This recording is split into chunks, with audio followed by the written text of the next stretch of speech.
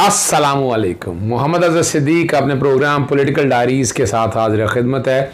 26 अगस्त बरोज़ जुमा सुबह 7 बजे आप ये प्रोग्राम देख रहे होंगे। जुमातुल मुबारक आ गया और जो बड़ी ख़बर है यहाँ पर, और वो ख़बर ये है कि राणा सनाउल्लाह के ख़िलाफ़ गुजरात में 780 का मुकदमा दर्ज हो गया।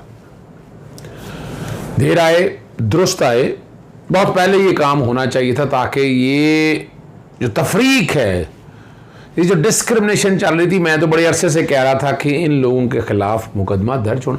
भाई अगर किसी ने बात कही है तो उसे उसके मुताबिक भुगतना तो है। मैंने ट्वीट भी कर दिया है, बैकग्राउंड पे वो FIR भी चल रही है। मोना सलाई साहब ने भी ये ट्वीट कर दिया है अंदराज मुकदमा के हवाले से। जो लोगों हम बड़े अरसे से बात कर रहे थे कि हुकूमत पंजाब KPK के अंदर भी इस तरह की FIRs होनी चाहिए ताकि आ जाए सामने जो चीज़ें सामने, यानी चीज़ें सामने आएंगी तो हम चीज़ें आगे लेकर चल सकेंगे ना। बहुत से मामलात में इख्तलाफ रही इमरान खान साहब के साथ, लेकिन एक बात तो है कि वो एक स्टेट्समैन है और वो जिस तरह चीज़ों को लेकर चल रहा है वो चीज़ें आगे बढ़नी चाहिए, ये बहुत ज़रूरी है। अगली जो खबर है वो आरिफ हमीद भट्टी साहब को ऑफर कर दिया गया GNN से। मेरे तो साथी भी हैं, दोस्त भी हैं, लॉयर्स मूवमेंट में बड़ा साथ दिया, हम सड़कों में बैठा करते थे, उठते बैठते। तो जहाँ मेरा वकला कम्युनिटी से एक ताल्लुक़ है, लाहौर प्रेस क्लब का मैं ऑनरी मेंबर भी हूँ। तो जब पता चला कि वहाँ एक मुजाहरा है, प्रोटेस्ट है, तो मैं तो रुक नहीं सकता था ना। वहाँ बैकग्राउंड में मेरी तस्वीरें चल रही होंगी वहाँ पर, और वहाँ उस मौके पे मैंने जो ख़िताब किया, जो मैंने एजिटेशन जो मैंने किया, वो सारा ज़रा सुन लीजिएगा। और मैं उम्मीद रखता हूँ कि आरिफ हमीद भट्टी साहब को वापस चैनल पे आ जाएगा ताकि वो गुफ्तगू कर सके, बात कर सके। अभी तो फ़िलहाल उन्हें ऑफर कर दिया। ऑफर बहुत से लोगों को किया है, लेकिन अब ज़रा, और यहाँ साफ़ी बरादरी का कहना है कि इकट्ठे हो जाएंगे। उन्होंने जॉइंट एक्शन कमेटी भी बना दी है और जॉइंट एक्शन कमेटी में चीज़ें आगे लेकर वो चलेंगे। ज़रा सुनिएगा मैंने वहाँ क्या कहा। शुक्रिया जी। हम तो आपके साथी हैं और मुझे तो वो दिन नहीं भूलते जब लॉयर्स मूवमेंट थी 2007, जैसा खिलाफ भट्ट सब खड़े हैं, राना अजीम साहब खड़े हैं, आलम चौक साहब खड़े हैं, शायद खड़ा है, बाकी दोस्त अहबाब सारे खड़े हैं। हम आपके साथी हैं, जीना मरना आप लोगों के साथ रहेगा हमारा। आपके मुश्किल वक्त में हमें पीछे नहीं देखेंगे, आप लोग याद रखिएगा।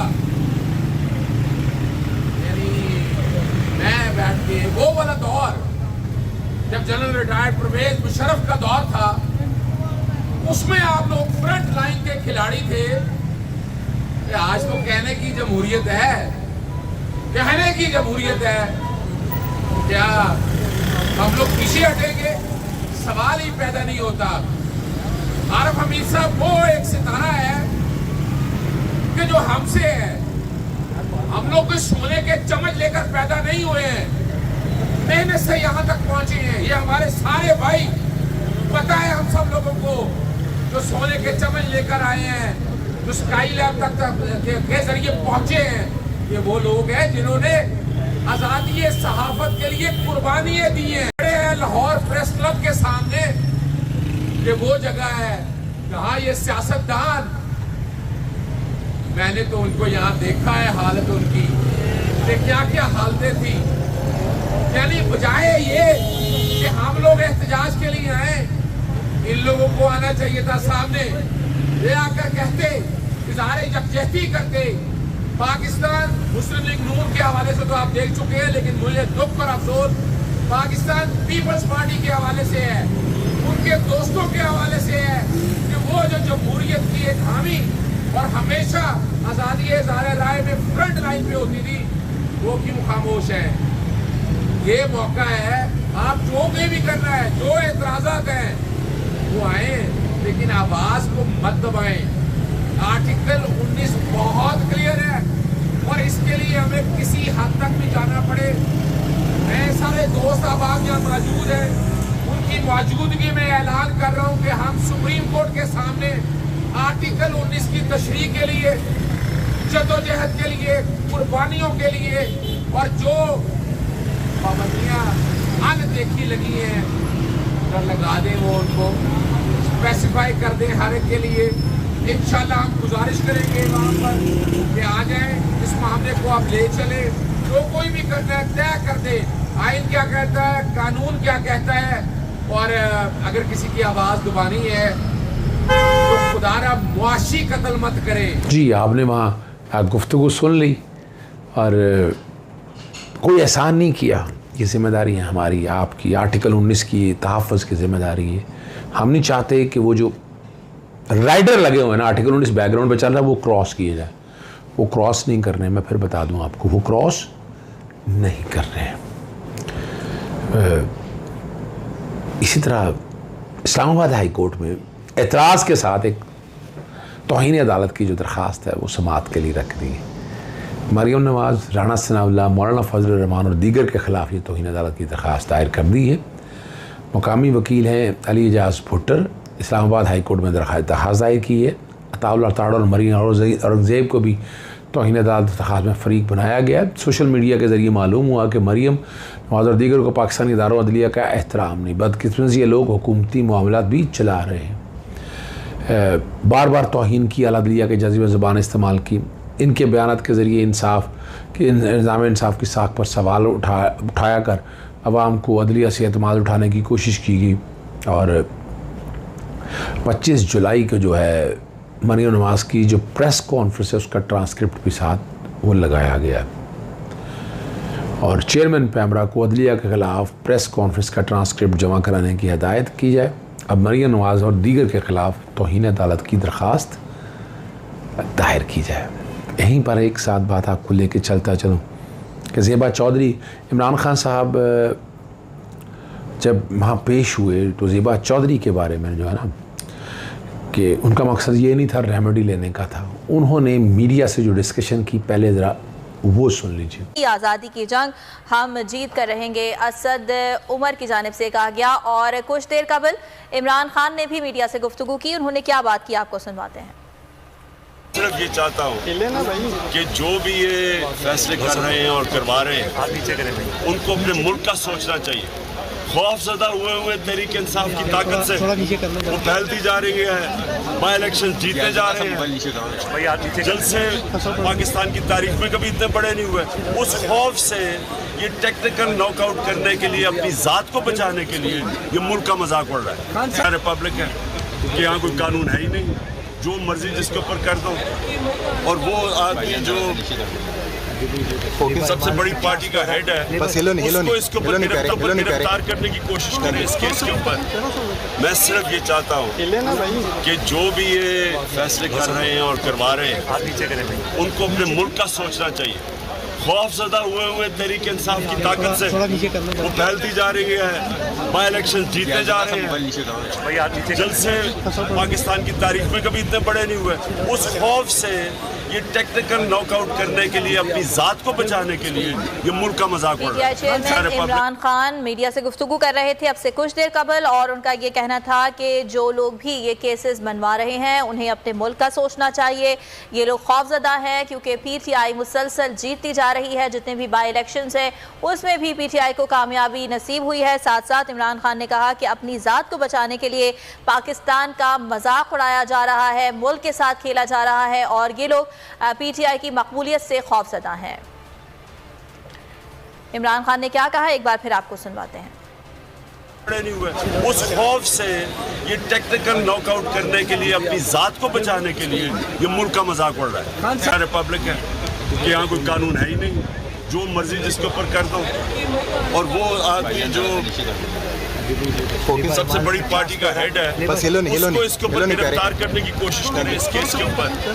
मैं सिर्फ ये चाहता हूँ कि जो भी ये फैसले कर रहे हैं और करवा रहे हैं उनको अपने मुल्क का सोचना चाहिए। खौफजदा हुए तहरीक इंसाफ की ताकत से वो फैलती जा रही है, बाई इलेक्शन जीतते जा रहे हैं। जल्द से पाकिस्तान की तारीख में कभी इतने बड़े नहीं हुए। उस खौफ से ये टेक्निकल नॉकआउट करने के लिए, अपनी जात को बचाने के लिए ये मुल्क का मजाक उड़ रहा है। मुल्क का मजाक, जो मर्जी जिसके ऊपर कर दो, और वो आदमी जो सबसे बड़ी पार्टी का हेड है उसको इसके ऊपर गिरफ्तार करने की कोशिश करें इस केस के ऊपर। मैं सिर्फ ये चाहता हूँ कि जो भी ये फैसले कर रहे हैं और करवा रहे हैं। जी, आपने इमरान खान साहब की गुफ्तगू सुन ली। इमरान खान ने बड़ी वजाहत के साथ कहा कि उनका मकसद ये कोई नहीं, ना दहशतगर्दी फैलाने का, ना तौहीन अदालत का। उनका मकसद ये था कि रेमेडी लेनी, और उसकी रेमेडी 2-3 हैं। एक तो MIT में दरख्वास्त जाती है, तो शहबाज गिल के भाई की तरफ से वहाँ दरख्वास्त बाकायदा दे दी गई, और वो इसलिए है, देखिए उस फैसले में बहुत सी कमियां हैं। पहली बात तो ये है कि आप रिमांड खुद दे नहीं सकते, फिर रिमांड 48 घंटों के हवाले से बात है अगर, और वो तो आपको ऑर्डर सेट असाइड करने के बाद नीचे भिजवाना है, और नीचे का जो मैजिस्ट्रेट है इख्तियार उसके पास है रिमांड देने का, फिजिकल का या जुडिशल भिजवाने के हवाले से। तो ये उसने देखना है। फिजिकल और जुडिशल के मैं नहीं पढ़ना चाहता, मेरे बड़े एतराज़ात हैं इस हवाले से। केस ये मिस हैंडल हुआ, और मैं हर दफ़ा आपके सामने ये बात रखता हूँ। ये दरख्वास्त भी बैकग्राउंड पे चल रही है, मैंने ट्वीट भी कर दिया था ताकि आप तक बात जो है वो पहुँच जाए। सिंध हाई कोर्ट ले चलते हैं आपको। बड़ा अहम है, जबरी गुमशदी अफराद के अहल खाना को मुआवजा देने के मतलब केस की समाअत है। मंजूरी दे दी है, उन्होंने कहा एडिशनल एडवोकेट जनरल ने। मुआवजा असल हकदार कौन है उसका जायज़ा लिया जा रहा है, और जहाँ जस्टिस की अगर ने पूछा जायज़ा कौन ले रहा, कब तक छानबीन मुकम्मल कर ली जाए, हमें मुकम्मल टाइम फ्रेम दिया जाए। अहल खाना की चेयर में छानबीन कब तक मुकम्मल कर ली जाएगी। मुतासरा ख़ानदान को महकमा दाखिला से ने किससे मिलना है, कोई तो होगा, फोकल पर्सन या कोई ऐसा नुमाइंदा मुकर्रर की जाए। ताला ने 6 हफ्तों में लापता अफराद के अहल खानों को मुआवजा देने से मुतल्लिक रिपोर्ट तलब कर ली। अदालत की लापता अफराद की बाजियाबी के लिए इक़दाम जारी रखने की हिदायत की है, और पुलिस ने लापता शहरियों की बाजियाबी से माजूरी का इजहार किया है।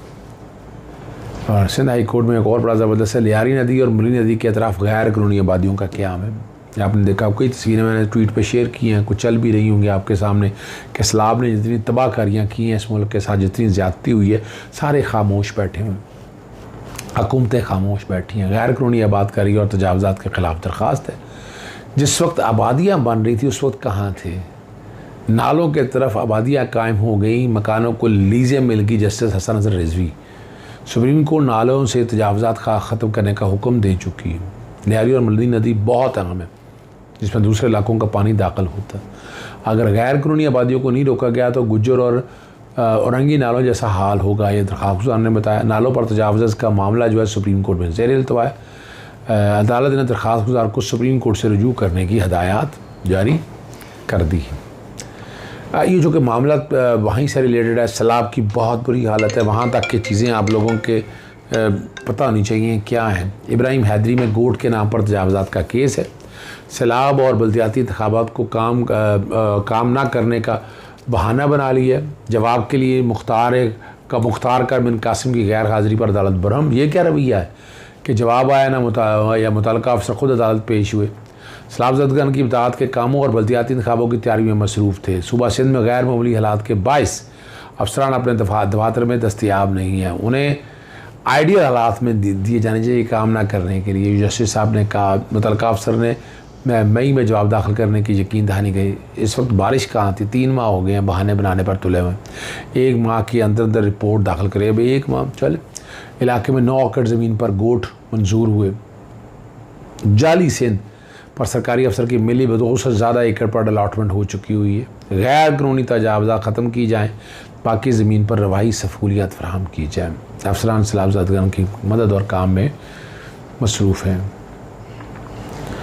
आगे सियासी मामला आप देख रहे हैं। इमरान खान साहब सैलाब ज़दगान के हवाले से वो आगे मामले लेकर चलेंगे, लेकिन साथ साथ जो बड़ा सीरियस इशू है, जलसे जुलूस वो कर रहे हैं, आवाम को गेज कर रहे हैं, क्या इससे मसाइल हल हो जाएंगे, क्या इससे हुकूमत को छोड़ के चला जाएगा। मैं तो नहीं देख रहा इस तरह हुकूमत छोड़ के जाएगा। इसके लिए सख्त एक्शन लेने पड़ेंगे आप लोगों को। अब वो सख्त एक्शन क्या लेते हैं ये फ़ैसला इमरान खान साहब ने करना है, लेकिन अभी बज़ाहिर जो मैं बार बार कह रहा हूँ, मुझे इलेक्शन अगले साल से पहले होते हुए नज़र नहीं आ रहे हैं। इजाज़त चाहता हूँ। अस्सलाम वालेकुम, अल्लाह हाफ़िज़। पाकिस्तान जिंदाबाद।